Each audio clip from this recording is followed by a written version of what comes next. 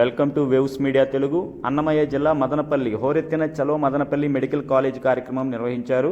YSR Congress party పిలుపు మేరకు ప్రభుత్వ మెడికల్ కళాశాలలు ప్రైవేటీకరణకు వ్యతిరేకంగా చలో మెడికల్ కాలేజీ కార్యక్రమంలో ఆందోళనకు వివిధ ప్రజా సంఘాలు మద్దతు. మెడికల్ కళాశాలలో పీపీపీ విధానాన్ని వ్యతిరేకించాలని పిలుపునిచ్చారు. మదనపల్లి సమన్వయకర్త నిసార్ అహ్మద్, మదనపల్లి మున్సిపల్ చైర్పర్సన్ మనుజారెడ్డి, షమీం బి విలేకరులతో కార్యక్రమాన్ని ఉద్దేశించి మాట్లాడారు. మదనపల్లి మెడికల్ కళాశాలను పీపీపీ పద్ధతిలో ప్రైవేటీకరణ చేయడానికి మేము వ్యతిరేకిస్తున్నామన్నారు. ప్రభుత్వం మొండిగా ముందుకు పోతే పోరాటాలు చేస్తామని తెలియజేశారు. ఈ కార్యక్రమానికి వైఎస్ఆర్సీపీ నాయకులు, కార్యకర్తలు పెద్ద ఎత్తున పాల్గొన్నారు. పిలుపు మేరకు చలో మెడికల్ కాలేజ్ కార్యక్రమం చాలా అఖండ విజయం. ఇక్కడ మేము చాలా గ్రాండ్గా, అట్టహాసంగా, చాలా గ్రాండ్గా చేయడం జరిగింది.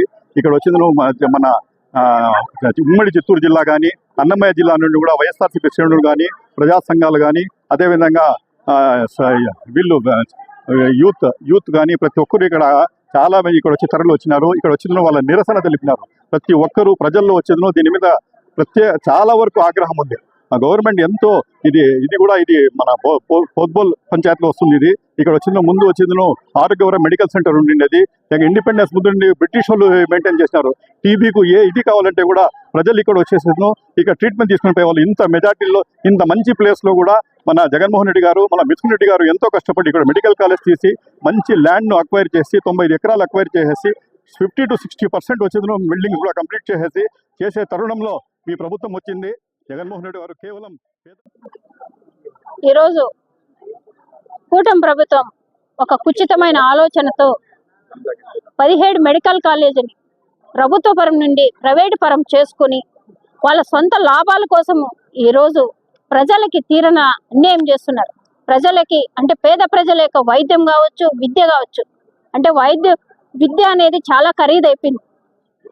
విద్య అనేది మరీ ఖరీదైంది. పేద ప్రజలు చదువుకోవాలంటే ప్రైవేటు పరం చేస్తే కనీసం ఒక్క సీటు సంపాదించుకోవాలని జీవిత కాలంలో సరిపోదు.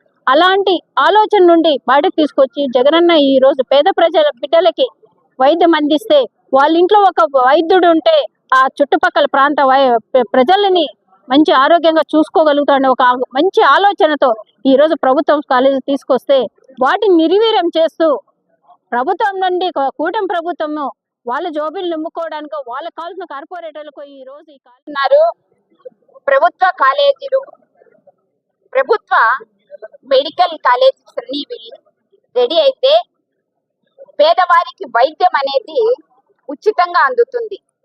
ఇప్పుడే మీరు చూస్తున్నారు, మెడికల్ అనేది ఒక మెడికల్ మాఫియా లాగా తయారైతాను.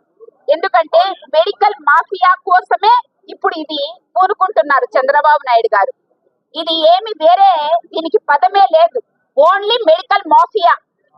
పేదవారికి వైద్యం అందకూడదు, వాళ్ళు మాఫియాలో మొత్తం దోచుకొని డబ్బులు సంపాదించుకోవాలా. డబ్బులు అయ్యా ఎన్ని